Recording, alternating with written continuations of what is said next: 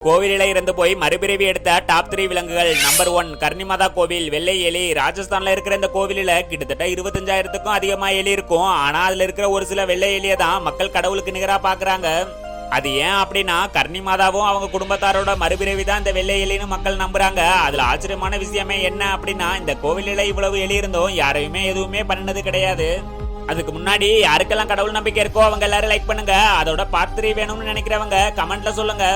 Number 2 Kamakshi அம்மன் கோவில், காமதேனு பசு. முன்னாடி காஞ்சிபுரம் காமாட்சி அம்மன் கோவிலில் காமதேனு அப்படிங்கிற ஒரு பசு இருந்திருக்கு. ஆனா அது இறந்த கொஞ்ச நாளிலேயே அதே மாதிரி நெத்தியில வெள்ளை அடையாளத்தோட ஒரு கண்ணுக்குட்டி பக்கத்து கிராமத்துல பிறந்திருக்கு. இதுல அதிசயமே என்ன அப்படின்னா, யாருமே கூட்டிட்டு வராமலேயே அந்த கண்ணுக்குட்டி அதுவா கோயிலோட வாசலுக்கு வந்திருக்கு. அத அந்த ஊர் மக்கள் அந்த காமதேனு பசுவோட மறுபிறவியா பார்த்திருக்காங்க. அதோட இப்பவும் அந்த வம்ச பசுக்களுக்கு டெய்லியும் கோவிலில பூஜை பண்ணி அதை கடவுளா மக்கள் வழிபடுறாங்க. நம்பர் 3 ஜாகு ஹனுமன் கோவில், சிம்லா. சிம்லால இருக்கிற இந்த கோவிலில ஒரு விசித்திரமான நம்பிக்கை இருக்கு. இந்த கோவிலில எப்பவுமே ஒரு தலைவர் குரங்கு இருந்துகிட்டே இருக்கும். ஆனா அது சாதாரண குரங்கு இல்ல, அனுமனே திரும்பி வந்ததாகவும் அந்த குரங்குக்கு அனுமனோட அம்சம் இருக்குன்னு மக்கள் நம்புறாங்க.